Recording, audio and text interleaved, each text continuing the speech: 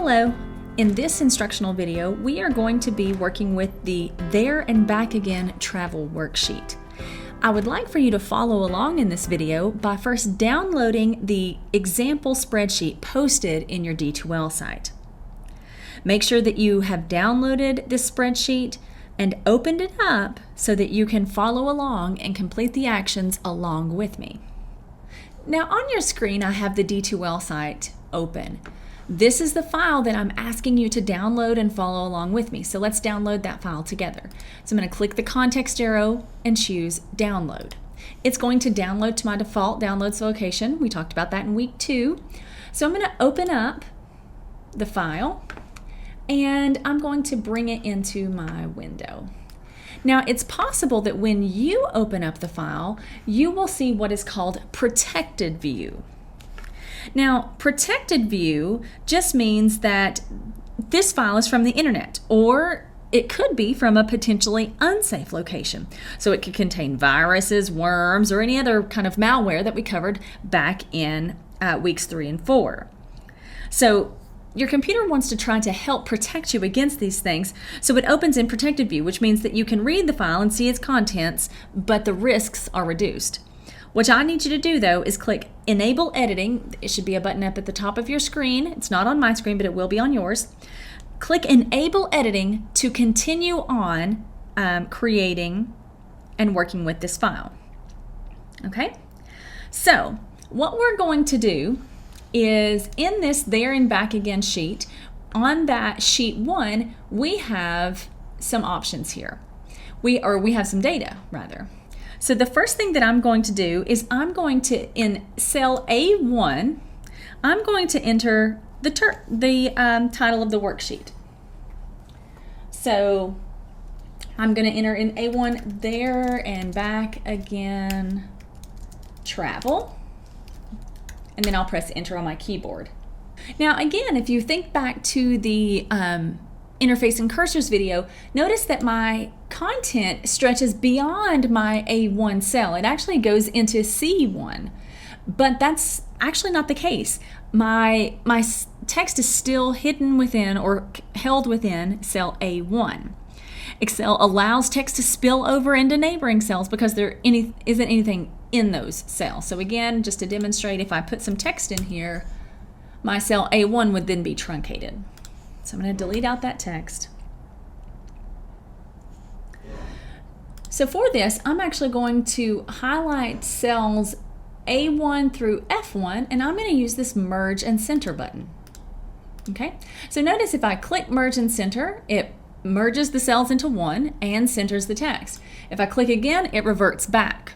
Okay, you can also use the split cells function, but I actually prefer this merge and center function because it essentially undoes the merge and center action. So we're going to merge and center our title. So in cell A2, I'm going to type in first quarter ticket sales. So again, I'm just making sure that I define my information that's being displayed.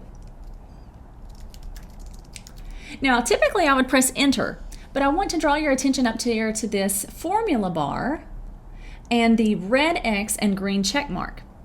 So I can click the green check mark to also enter the information. It functions the same as entering or pressing the enter button on my keyboard. So I'm going to then enter the column titles. So each column of data represents a different data set, and I need column titles on this data. So I'm going to enter the column titles, but I'm going to show you also how there are different ways to navigate around the various cells in Excel. So this first cell in B3, I'm going to type in Northeast, and then I'll tab over. Notice that it jumps over to cell C3. I'm going to type in Southeast, and I'm going to use my right arrow key. Type in Midwest, and I'll mouse click. I'll type in South, enter. Now enter goes down, right? So I need to, with my arrow keys, come back up and over, and then West. Then I need a total column. Okay, notice that I had a small typo there. I said T-O-T-L or T-A-L, and when I press enter, it corrected. So now I need to enter the row column. So these are the rows. Remember that a row is that horizontal information. Now here I'm just going to press the enter key because I'm going to still go downward in my spreadsheet.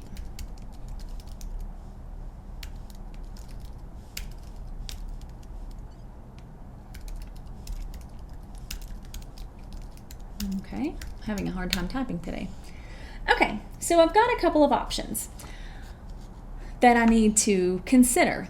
Now, if you notice, Excel treats cells with numbers differently than cells with text. So you see my cells with text, it's actually left aligned, and my number cells are right aligned. You see this if I move my column B, my number cells are right aligned, my data cells, my text cells are left aligned, okay? Excel will only recognize certain characters as numbers, so digits and the following symbols. I've posted them on your screen. Anything else is treated as text. So if you want numbers to be treated as text rather than numbers, precede them in a cell with an apostrophe. Okay, so for example, if I wanted to come down here and put a bunch of numbers in here, but I want it registered as text, I'll put an apostrophe and type in a bunch of numbers. So it will left align my cells. And you'll get a little tooltip that says, wait a minute, I've stored this as text, but it sure does look like a number. And it'll give you some options here in the quick formatting context arrow. So I'm just going to delete that out. So we need to calculate the totals in the cells that we've set aside for totals. But I'm not going to sit here and add up these numbers with a calculator and type them in manually. That's not efficient. And if you remember in the last video, Excel is all about productivity and efficiency. Besides, what if one of these numbers changes? Then I would have to go back, drag my calculator back out, and re-input in the numbers. I don't want to have to recalculate those totals.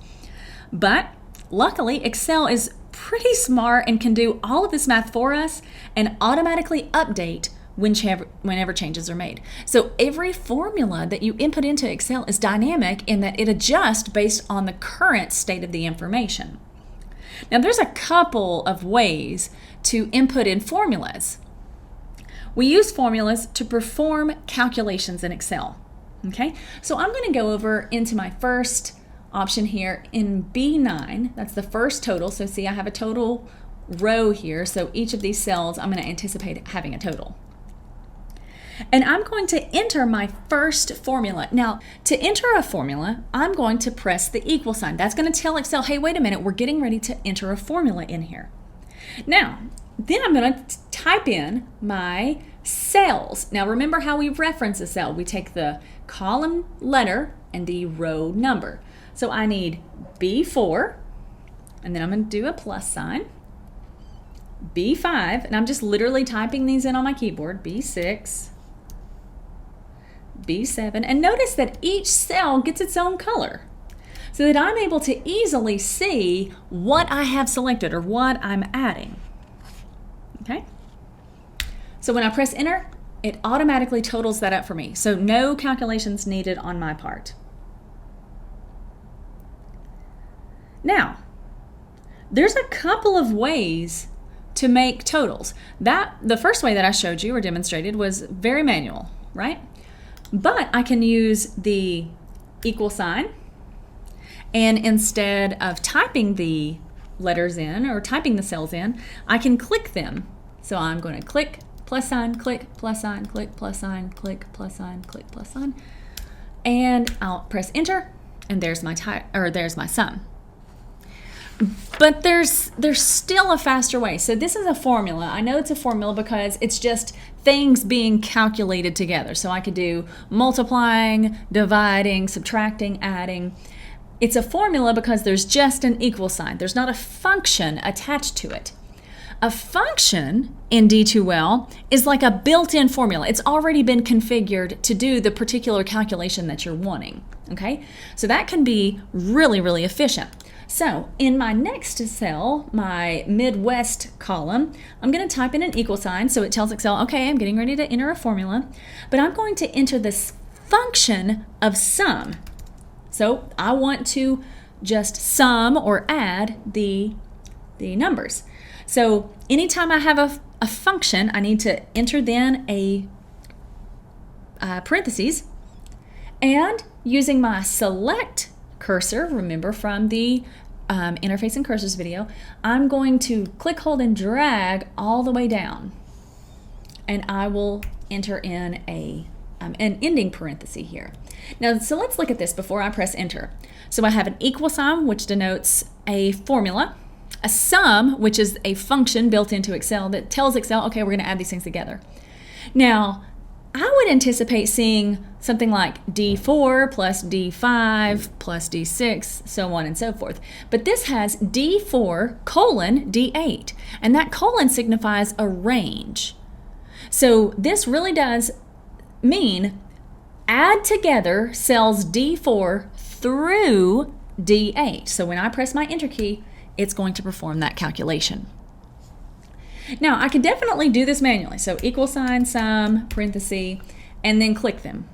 1, 2, or 1, comma, 2, comma, 3, comma, 4, comma, 5. Ending parenthesis, and it will sum 2.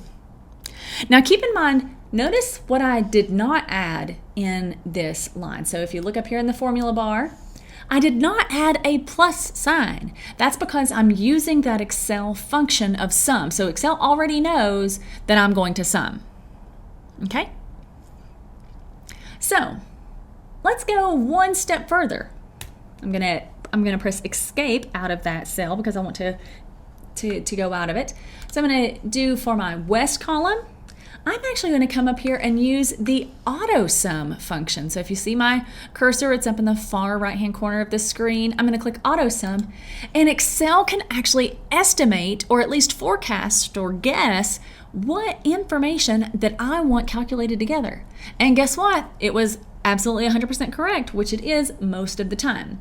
Now I say most because it's not always going to be perfect, okay? We're getting ready to step things up a notch. Okay, so I have the total column, so I want each row to be summed as well, but I'm kind of tired of typing at this point. So what I'm going to do is I'm going to click my G4, press enter, do a sum, and I'm going to click, hold, and drag the row that I want summed or added together and press enter. So there's my total.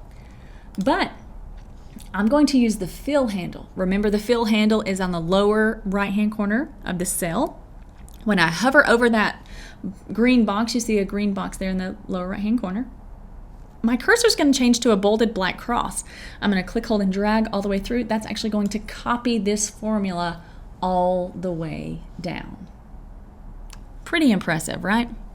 Okay, so we have our worksheet populated, but I'm going to be honest, it's a little bit ugly, it's dirty. I want to pretty it up a bit because Excel is not just about numbers on the screen. Excel is truly about data visualization and manipulation.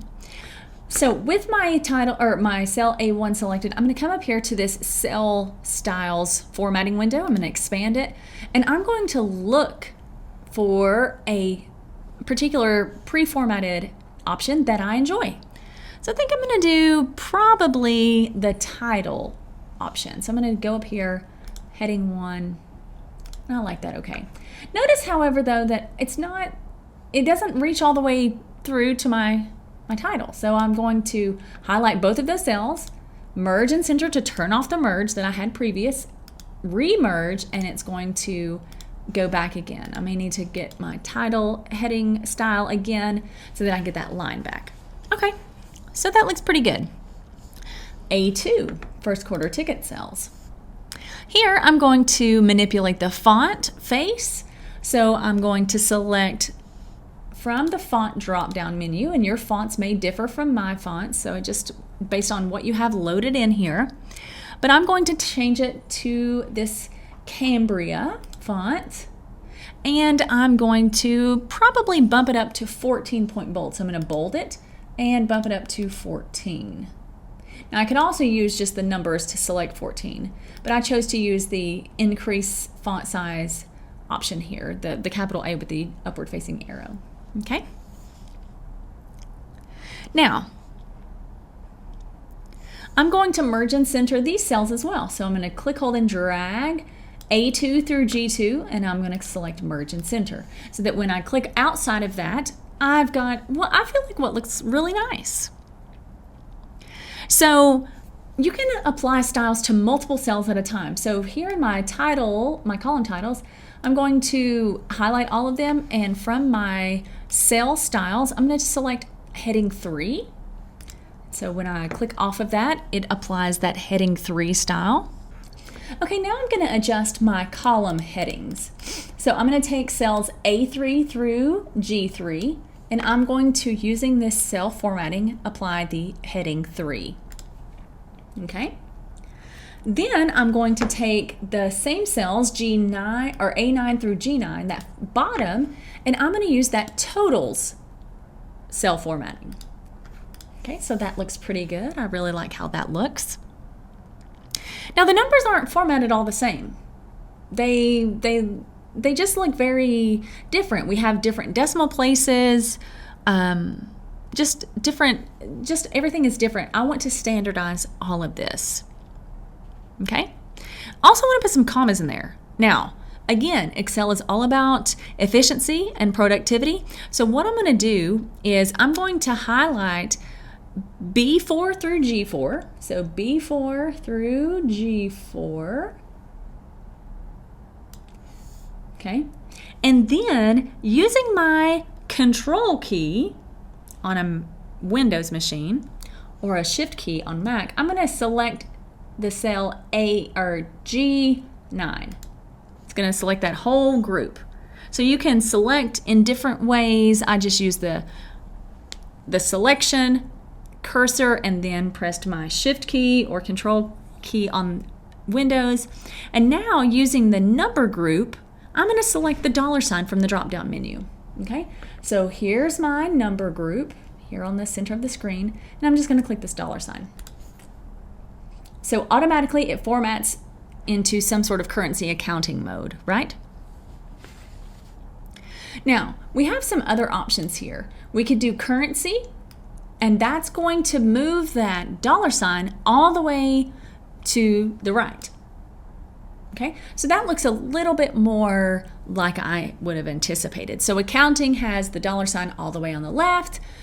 Currency has the $sign jutted right up against the numbers. Okay, now the column widths are a little bit problematic. I definitely feel like it looks really squished. So how can I manipulate the column widths? Well, one of our first options is if I select A through G, and again, I'm selecting my column. I know it's a downward facing arrow. I'm click, hold, and dragging through G. I can double click a border of a column and it will resize to the best fit. Okay, so I'm going to undo that. If I double click in between two columns as multiple columns are selected, it's going to snap to the best fit column width. So that's one option. Option 2 is if I have the column selected again, and I go between two columns, for example, F and G, I'm going to move it out, and this function is going to match the column width to this particular width. See how in column F it's a little bit wider than everything else? When I release my mouse, all of those columns are going to then inherit that same width. Okay. Now, this trick also works on rows.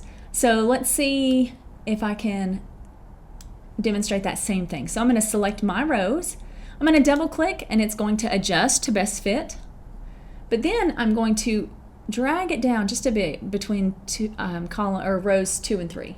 So if I release it, now that looks like it's got too much space for me. So I'm going to highlight my rows 1 through 9 again.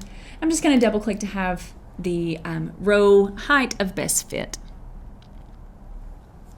So this looks pretty good, right? So we have some formatting. I'm actually going to move row 2, get a little bit wider so that we can have some space here.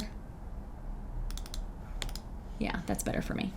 Okay, so we have our numbers here. We have our table formatted. It's looking pretty good, but there's still a lot of information. There's a lot of data on here. So I'm going to have to go through each line individually to look at the particular values. So for example, if you said, which which region is performing the best or which airline is performing the best in this particular region, then I would have to do that manually.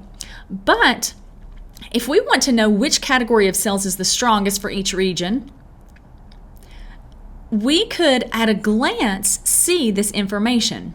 And this is where the function of what Excel calls spark lines come into play. So spark lines are really cool, okay? Spark lines are essentially tiny charts embedded into a single cell that gives you an at-a-glance information about a range of cells. They don't give the same amount of detail that maybe a normal bar chart would, but for like quick info, for at-a-glance info, they're absolutely perfect. So I'm going to manually resize row 10 to 80 pixels in height. So my row 10 is 80 pixels. You can see the tooltip comes up. I'm going to say 80 pixels. Then I'm going to select B10 and I'm going to go up to my insert menu and I'm going to choose spark lines. It's over here about in the center of the screen here. And I want the column spark lines group. So it's going to ask me for a data range, okay? So by default, it's just looking at this B10 cell. There's nothing in it, so I wouldn't get much. But what I need to do is I need to select B4 through B8, okay? So B4 through B8. And notice that Excel, again, it's such a smart program. It says, oh, okay, you've selected just this particular section. So I'm going to click OK. And look there. So automatically we see that the first, so Delta and United both have exceptionally higher ticket sales in the Northeast region. Let's say that I need this information for all of my regions. Well, with my fill handle here, I'm going to dragging it over. So immediately I see that that functionality has then copied over. And with how many clicks was that? Maybe 4 or 5 clicks? It was very efficient. Now, you can definitely color the spark lines differently if you would like. So let's change some of the colors here.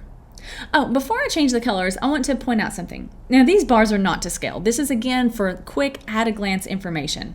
It simply lets you know, just at a glance, which category is the largest and which category is the smallest. Okay? So with my B4 or B10 selected, I'm going to go up here into my formatting ribbon and I'm going to make a couple of changes so that I can change the color. So I'm going to actually change and clicking on high point. That's going to change the color of just the high point so that automatically my eyes go to that. It makes it stand out more. Okay? Now, if you would like to color each sparkline differently, you have to ungroup them. So if you wanted to go through all of that, you could click a particular group or click a series of groups, and then you would have to click ungroup here, okay? Now that's not something I recommend, so I'm gonna undo that. Here, I just like to keep it grouped together. Now they're live data, okay? So if I were to go and actually, so which one is the greatest? This one here? If I were to go and make this maybe 1,000, enter, notice that all of my calculations changed. My calculation for this total changes, my calculation for this total changes, and my spark line changed immediately. So it's live data, so whatever changes you manipulate, those are going to be reflected immediately. So I'm going to undo that to get it back to the original information. Now again, it's not accurate to scale depictions of the data, it's just the relationship that the numbers have to each other. It's not a normal chart. We'll work on normal charts next week. Okay? Now, you can display summary data for a selected range. So we want to auto-calculate the area to show the maximum value of a selected range. Okay? So I'm going to select B6 through F6. So B6 through F6. So that's the virgin line here. And I'm going to right-click the status bar. So again, this is down here at the very bottom of the screen. You see my mouse here. I'm going to right-click. Now, automatically, I'm able to manipulate some of this. So if I choose maximum here, I'm able to see at a glance the maximum value in a particular selection. So I can leverage this status bar to also help me identify values, whether it's minimum, maximum. I'll bring that up. I'll right click. So we have a ton of information here. We could see the average, the count, minimum, maximum, the sum. We have a lot of opportunities here. But notice whatever I select here is going to be displayed in that status bar. That is an amazing feature. We've covered a lot of stuff in this particular demonstration video. We've covered how to format text, how to merge and center text, how to generate information with formulas and functions, as well as how to generate spark lines to show us trends in the data. So next week, we're going to build on these skills and we're going to go into charts and some other advanced features. But I really want to encourage you to follow this demonstration video again on your own time. Go through the different steps. See how your comfort level changes as you're beginning to manipulate the look and feel of information inside of an Excel worksheet. And then once you feel comfortable with that, let's attempt the homework assignment for this week. If you have any issues or reach any problems, please reach out to me or your graduate teaching assistant, and we will be happy to help you in your Excel development. Okay? So good luck, and I hope you enjoy the Excel work for this week.